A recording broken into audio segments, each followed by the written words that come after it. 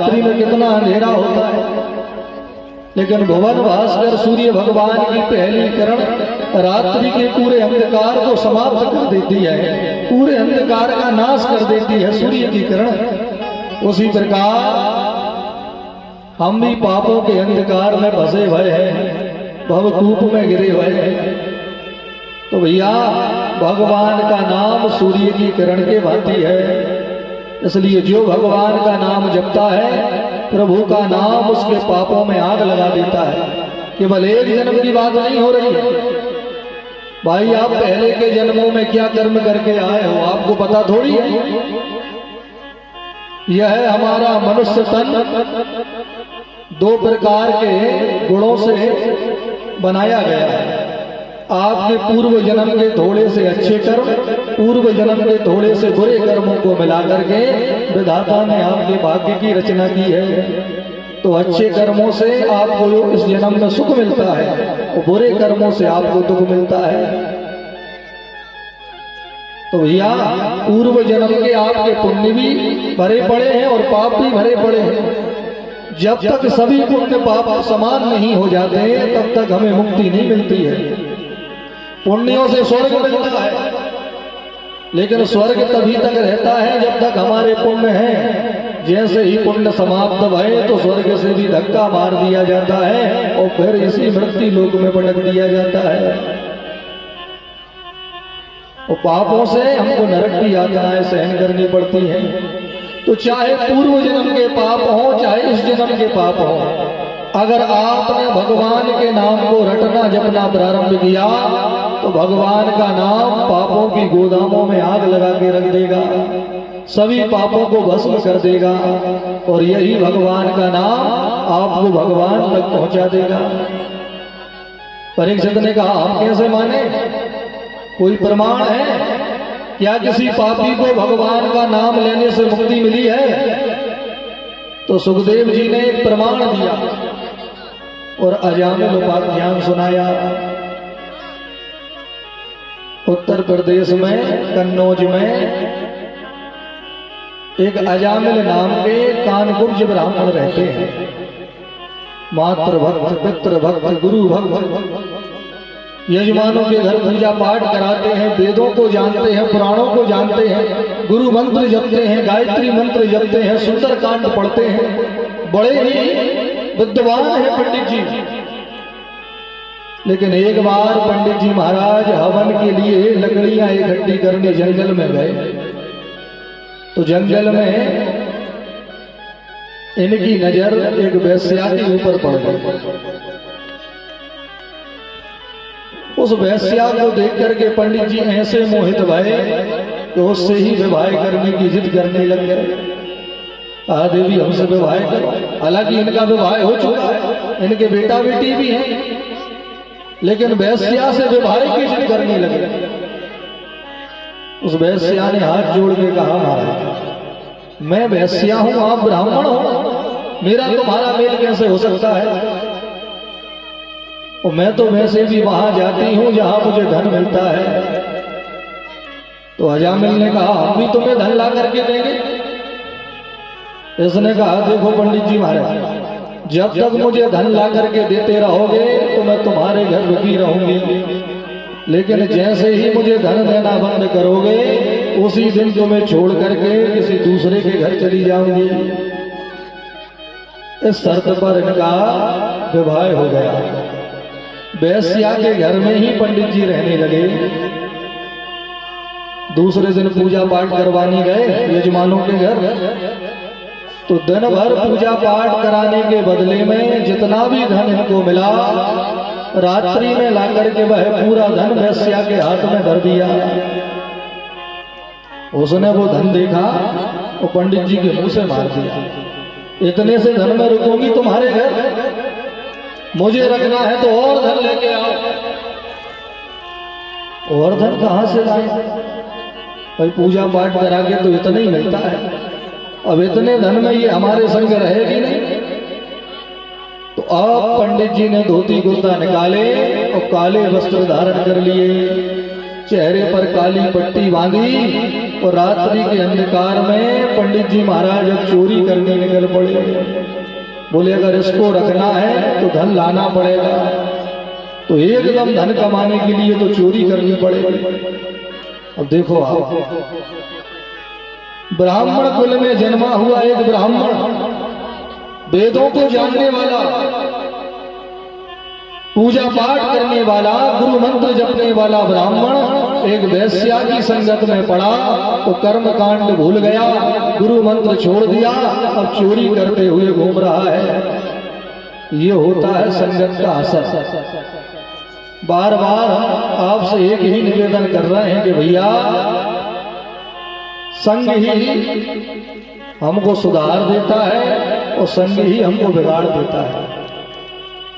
एक ब्राह्मण की संगत जब वैश्या के संग में भाई तो पंडिताई भूल करके चोरी करनी प्रारंभ कर दी। चोरी करते करते अपने प्राणों को बचाने के लिए कभी जंगलों में भी भागना पड़ता है, जंगलों में भी रुकना पड़ता है। अब जंगलों में अन्न तो मिलता नहीं है, तो पेट भरने के लिए पंडित जी महाराज जंगली जानवरों को ही मार मार के खाने लगे, मांसाहार का भोजन करने लगे, मदिरा पान करने लगे, लोगों की हत्याएं कर देते हैं, चोरियां करते हैं।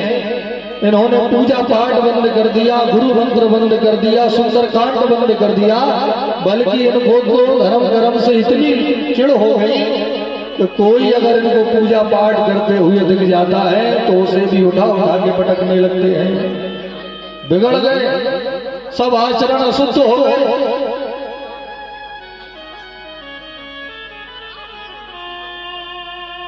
एक बार कुछ संतों का आगमन इनके गांव में हुआ। संतों ने विचार किया किसी गांव में रुकेंगे, किसी भक्त के घर भोजन करेंगे, आगे की यात्रा सुबह होते ही करेंगे। तो अजामिल ही ब्राह्मण थे उस गांव में, इसलिए संतों ने विचार किया कि इन ब्राह्मण के घर ठहर जाए।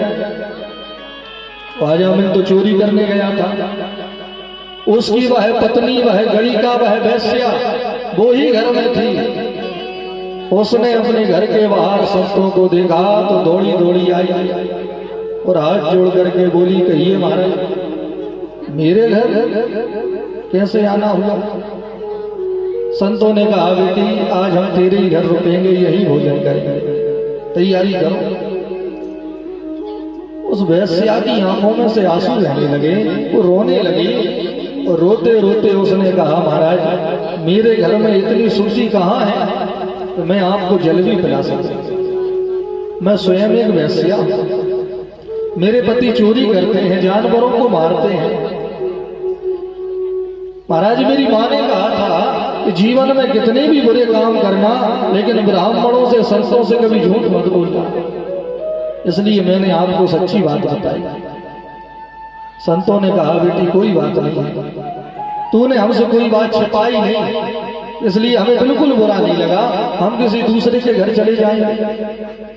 उसने कहा, महात्मा जी किसी और के घर मत जाओ, देखो मैं बना करके खिलाऊंगी तो उसमें दोष लगेगा, लेकिन मैं सूखा सीधा सामान अगर आपको ही दे दूं, आप घर के बाहर अपने ही हाथों से बना करके भोजन करो, उसमें तो कोई दोष नहीं रहता।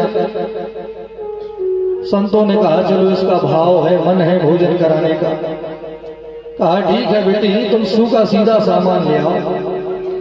वो सूखा सीधा सामान दे करके चली गई। संतों ने भंडारा बनाया, ठाकुर जी को भोग लगाया, और जैसे ही महात्मा जी भोजन करने बैठे तो गुरु जी की आंखों में से आंसू बहने लगे। चेलों ने कहा, गुरु जी आप रो रहे हो क्यों?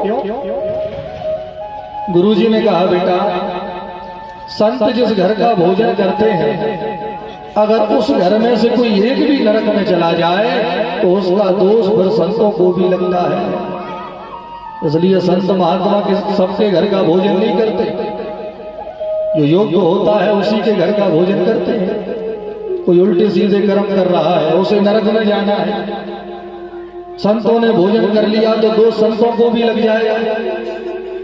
बेटा आज जिस अजामिल का हमने भोजन किया है ये बहुत बड़ा पापी है, ये चोरी करता है, जानवरों को मारता है, ये मांसाहार का भोजन करता है, ये मदिरा पान करता है, ये पक्का नरक में जाएगा। तो हम तो ये सोच सोच करके रो रहे हैं कि अजामिल को ऐसा क्या उपाय बता जाए जिससे ये नरक में जाने से बच जाए। चेलों ने कहा, गुरुजी आप अजामिल से कहना गुरु मंत्र जपा कर, सुंदर कांड पढ़ा कर। भाई सुंदर कांड रोज रोज नहीं पढ़ पा रहा तो कम से कम मंगलवार शनिवार तो पढ़ लिया कर। गुरुजी ने कहा, बेटा ये सुंदर कांड पढ़ने वाला नहीं है, ये तो जब भी पढ़ेगा लंका कांड ही पढ़ेगा। पहले सुंदर कांड ही तो पढ़ता था, इसने सब बंद कर दिया। अब ना ये गुरु मंत्र जपेगा, ना भजन पूजन करेगा, तो इसे क्या बता दें। प्रातः भाई संत जाने लगे। संतों ने अजामिल को बुला करके कहा, बेटा संत जिस घर का भोजन करते हैं तो संतों को भोजन कराने के बाद में दक्षिणा भी देनी चाहिए। संतों को, ब्राह्मणों को जब हम अपने घर से भोजन कराते हैं ना, तो भोजन के बाद में दक्षिणा जरूर देनी चाहिए। उससे ही हमको कराए हुए भोजन का फल प्राप्त होता है। तो तू हमको दक्षिणा नहीं देगा? अजामिल ने कहा, हमसे दक्षिणा मांग रहे हो? अरे महात्मा जी, तुम्हारा ये लोटा सोटा डमरू कमंडल हमने छुड़ाया नहीं है, ये कम दक्षिणा है क्या? ये मेरे घर में आके मेरा ही भोजन कर लिया, मुझसे ही दक्षिणा मांग रहे हो? संतों ने कहा, बेटा हम तो उससे कोई धन दौलत नहीं मांग रहे, सोना चांदी नहीं मांग रहे हैं, बस तू तो हमारी एक बात मान ले, वही हम संतों की दक्षिणा हो जाएगी। कहो महाराज, कौन सी बात माननी है? संतों ने कहा, बेटा तेरे घर इस बार जो भी पुत्र जन्म लेकर के आए तो उसका नाम नारायण रख देना, बस यही हम संतों की दक्षिणा हो जाएगी और हम तुझसे कुछ भी नहीं मांगेंगे। संत कह करके चले गए। कालांतर में अजामिल के घर में पुत्र का जन्म हुआ। संतों के बताए अनुसार अजामिल ने पुत्र का नाम नारायण रखा, क्योंकि घर में सबसे छोटा है, इसलिए अजामिल नारायण को बड़ा प्रेम करता है। दिन भर नारायण के संग ही रहता है, नारायण के संग ही खेलता है, नारायण को घुमाने ले जाता है। अरे नारायण चलो बेटा खेत पे चले, नारायण चलो बाजार चले, नारायण आओ आके भोजन कर लो। तो अब तो अनजाने में ही इसके मुंह से सैकड़ों बार भगवान का नाम निकलने लगा, नारायण निकलने लगा। एक बार अजामिल घर के आंगन में खटिया पर सो रहे थे, शाम का समय था, नारायण आंगन में खेल रहा था। उसी समय यम के दूत आए, पांच फेंका, अजामिल के प्राणों का हरण करने लगे। तो ये झटपटाने लगा, तड़पने लगा और यहां वहां देखने लगा कि अपनी सहायता को किसको बुलाऊं। ऐसे दूर दूर तक कोई नजर नहीं आया। आंगन में खेल रहा वह छोटा पुत्र नारायण ही दिखाई पड़ गया, तो उसको ही पुकारने लगा। दोरे क्रीडनिका सततम पुत्रम नारायणम हनम मिलावितेना स्वरेणे च राजुहावा कुलेन्द्रिया। वह कुल का दीपक नारायण जब दिखाई पड़ा तो जोर जोर से चिल्लाने लगा, अरे नारायण मुझे बचाओ, नारायण मेरी सहायता करो, नारायण मेरी रक्षा करो। सुखदेव कह रहे हैं, नारायण के लिए जब उसने पुकारा तो आंगन में खेल रहे नारायण को तो सुनाई नहीं पड़ा, लेकिन बैकुंठ में बैठे हुए नारायण को सुनाई पड़ गया। तो भगवान ने तुरंत ही अपने पार्षदों को भेजा। पार्षदों ने आकर के यमदूतों को धक्के मार मार करके गिराया और अजामिल को बचाया। यमदूतों ने कहा, भैया ये धक्के क्यों मार रहे हो, तो कौन हो आप? भगवान के पार्षदों ने कहा, हम भगवान नारायण के पार्षद हैं, अब तुम अजामिल को नहीं ले जा सकते। क्योंकि इसने हमारे भगवान को पुकारा है, और जो हमारे भगवान को पुकारता है उसे फिर नरक नहीं जाना पड़ता है। यमदूतों ने कहा भैया इसने तुम्हारे भगवान को नहीं पुकारा, ये तो अपने बेटे को बुला रहा था, इसके बेटे का नाम भी नारायण है, तो बुलाया तो था अपने बेटे को और आ गए आप। प्रभु के पार्षदों ने कहा सुनो, इसका बेटा कितना बड़ा है, 3-4 साल का होगा, तो इसके बेटे का नारायण नाम 4 साल पहले ही पड़ा, लेकिन हमारे प्रभु का नारायण नाम तब से है जब सृष्टि की रचना भी नहीं हुई थी। तो जिसके मुंह से नारायण निकलता है पहले तो वो हमारे ही भगवान को बुलाता है, बाद में भले ही अपने बेटा बेटी को बुलाता रहे। इसलिए इसने हमारे प्रभु को पुकारा है, अब तुम इसे नहीं ले जा सकते। अजामिल यमदूत और पार्षदों की बातों को सुन रहा है। यमदूत भी चले गए, भगवान के पार्षद भी चले गए, और अजामिल को बैराग जा गया। बोले मैंने तो अनजाने में पुकारा था, अनजाने में लिए हुए नाम ने भी इतना असर किया कि आज मेरे प्राणों की रक्षा हो गई। अगर मैंने जानबूझ करके मन से भाव से भगवान के नाम को भजा होता तो क्या यह यमदूत कभी मेरे घर के भीतर आ पाता? बैराग जाते यमदूत जब खाली हाथ लौट करके गए तो यमराज ने कहा भैया अजामिल कहाँ है? यमदूतों ने कहा प्रभु ये पकड़ो हमारा इस्तीफा, हमको नौकरी नहीं करनी। अरे जिस नौकरी में है जान माल का खतरा हो ऐसी नौकरी त्याग देनी चाहिए। बोले हम तो गए थे पापी अजामिल को लेने, वो नारायण नारायण चिल्लाने लगा और वह पीले कपड़े वाले आए, उन्होंने हमें धक्के मार के भगा दिया। तुरंत यमराज दौड़ के गए, इनका मुंह बंद किया। बोले भैया ये नारायण नाम यहाँ मत बोलो, जानते हो ये नरक है, सब पापी भीतर बंद है। अगर किसी ने भी नारायण सुन लिया ना तो नारायण नारायण बोल करके सब ताले तोड़ तोड़ के भाग जाएंगे और पूरा नरक खाली हो जाएगा, वो हमारी छुट्टी हो जाएगी। आप कहते थे जब मैं आंखें बंद करके ध्यान करता था तो महाराज आप किसका ध्यान कर रहे हो? यमराज कह रहे हैं कि जिन प्रभु का मैं ध्यान करता था उन्हीं प्रभु का नाम नारायण है। उन नारायण प्रभु के हम 12 भागवत हैं जो निरंतर भगवान नारायण का ही नाम जप करते हैं। 12 भागवत हैं। कौन कौन है? स्वयंभो नारदा शंभो कुमारा कपिलो मनो प्रहलादो जनको भीमो बलि वैश्या सकिर्वयम्। स्वयंभो ब्रह्मा जी, नारद जी, शंकर जी, सनत कुमार, कपिल भगवान, मनु महाराज, प्रहलाद जी, जनक जी, भीष्म, बलि महाराज, स्वयं मैं, हम निरंतर भगवान नारायण का नाम लिया करते हैं, इसलिए हमको भगवान के 12 भागवत कहा जाता है। भैया जो भी नारायण का नाम लेता है उसे नरक नहीं जाना पड़ता, तो जो नारायण का नाम ले उसे तुम नरक में लेके मत आना। यमदूतों ने कहा गजब हो, मानो हम किसी पापी को लेने गए और वो राम राम चिल्लाने लगा, कोई कृष्ण कृष्ण पुकारने लगा, कोई राधा राधा बोलने लगा, कोई नारायण नारायण बोलने लगा, तो ऐसे लोगों को लाना है कि नहीं लाना है? आप तो हमको लिस्ट बना करके दे दो तो कौन से लोगों को नरक में लाएं और कौन से लोगों को नरक में ना लाएं। तो यमराज ने लिस्ट बना करके दी, कौन कौन से लोग जाते हैं नरक में? जिह्वान भक्ति भगवत गुण नाम धेयम् चेते स्मरन्ति तच्च चरणारविन्दम्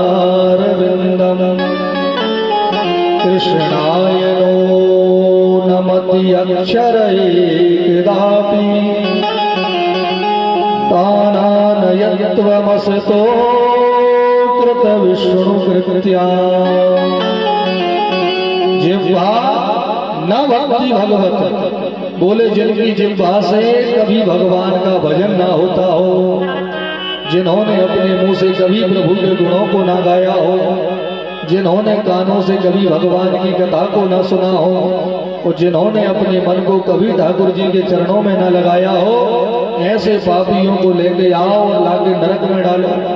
लेकिन सावधान, जो भगवान का नाम जप रहे हैं, कथा सुन रहे हैं, कीर्तन कर रहे हैं और अपने मन को भगवान में लगा रहे हैं, ऐसे लोगों के घर के भीतर भी मत चले जाना। यमराज के वचन है। तो अगर यमदूतों को अपने घरों में नहीं बुलाना तो भैया भगवान के नाम का सहारा ले लो। ये प्रभु का नाम ऐसा है कि जब अजामिल जैसे पापियों को बचा सकता है तो क्या यह भगवान का नाम हमें नहीं बचाएगा? क्या हमारी सहायता नहीं होगी?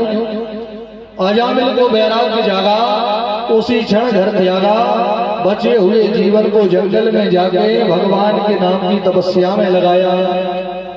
भगवान के नाम का प्रभाव ऐसा हुआ कि पहले किए हुए सभी पाप भस्म हो गए, अजामिल के पुण्य उदय भये और अजामिल जैसे पापी भी भगवान के नाम की नौका बना करके भवसागर से पार हो गए। बोल भक्त वत्सल भगवान की जय। ये है प्रभु का नाम।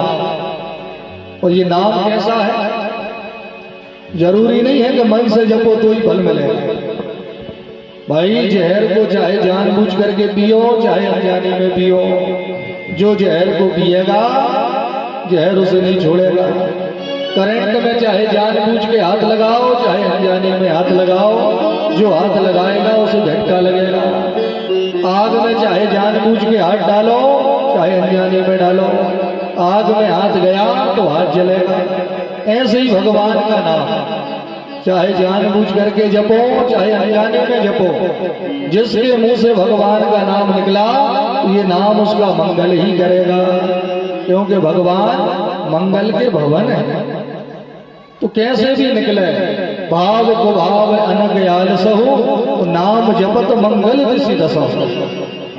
इसलिए पुराने समय में लोग अपने बेटा बेटी का नाम ऐसा रखते थे तो उनको पुकारे तो एक बार भगवान का नाम भी निकल जाए। भगवान के ही नाम को बेटे का नाम रख दिया करते थे। भाव यही था कि हम लोग ग्रस्त हैं, समय निकाल के तो नाम जपेंगे नहीं, तो बेटे का नाम ही नारायण रख दिया, बेटे का नाम ही राम रख दिया, बेटे का नाम ही कृष्ण रख दिया, बेटे का नाम ही जगन्नाथ रख दिया।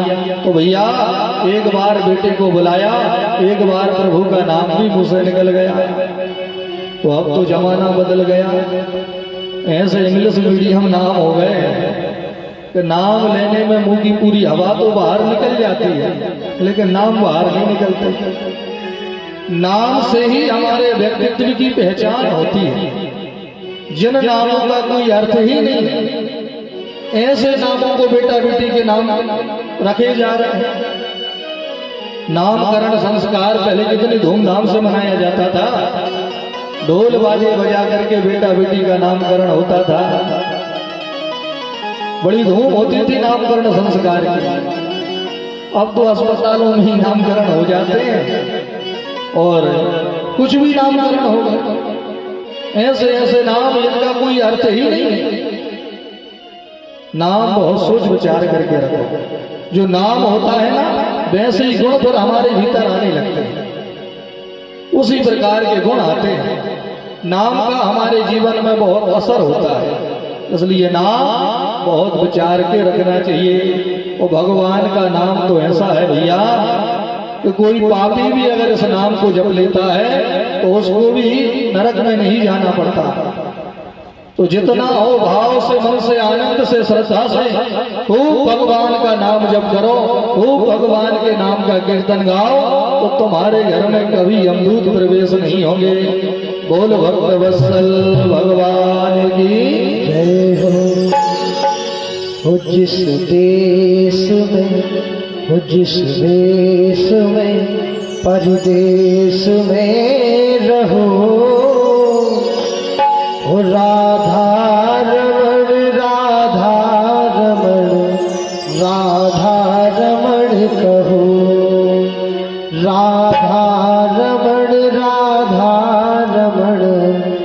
राधा रमण कहो। जिस देश में देश में हर देश में रहो, राधा रमण राधा रमण राधा रमण कहो।